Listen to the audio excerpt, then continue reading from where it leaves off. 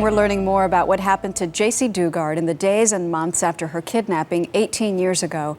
And it is as troubling as you'd expect. CBS News correspondent Ben Tracy has the latest from Los Angeles. The last time she was seen, it was 1991. 11-year-old Jaycee Dugard was at the bus stop near her house in South Lake Tahoe when she was dragged into a car, allegedly by Philip and Nancy Garrido. Once she was in the car, what happened was they pushed her down on the floorboards, threatened her, and then took her straight away to Antioch, California. Former San Francisco prosecutor Michael Cardoza says police sources tell him it was years before Jaycee was allowed in public. They put her in the backyard in a tent or one of the outbuildings back there. They left her in that backyard for 3.5 years before they let her get out into public. But in 1993, just 2 years into the ordeal, Philip Garrido spent 1 month in jail on a parole violation. During that time, it's believed that his wife Nancy was in charge of Jaycee. And when Philip got out of jail, it's believed that's when he fathered the first of Jaycee's 2 daughters. Ben Tracy, CBS News, Los Angeles. We're joined now by Dr. Phil McGraw, the best-selling author and host of The Dr. Phil Show, which, by the way, launches its 8th season next Monday. Good morning and congratulations. Good morning. Thank you. I want to talk about your new season, but first let me ask you about this story, which I know you dedicated an hour to last week. I watched it.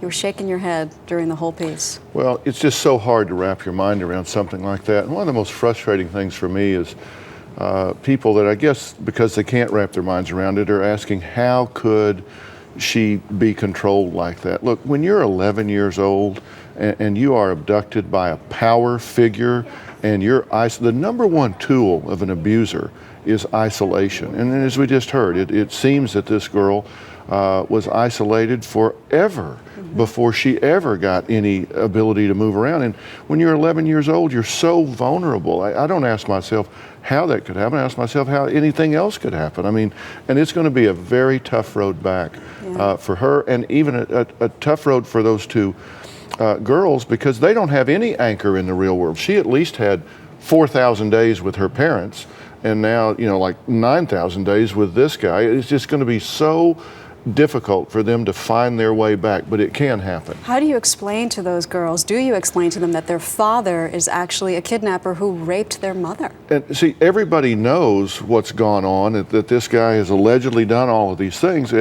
but from their perspective, this is the only father they've known.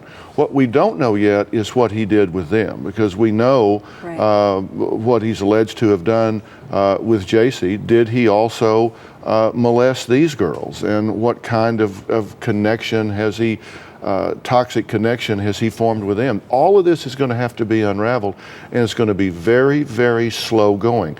There's going to be a mix of emotions where they're actually grieving the loss of this person and missing him, but then learning what has happened, and it's going to be such conflict that they can really fall through the cracks if great care is not taken.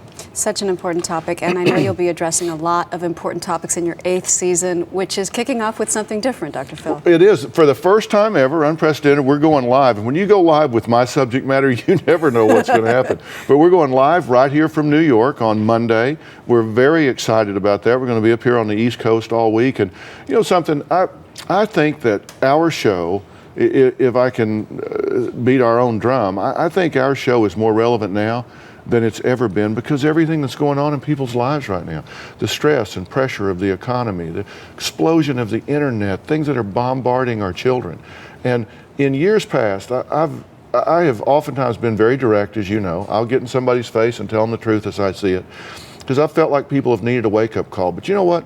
I think people know what the problems are this year.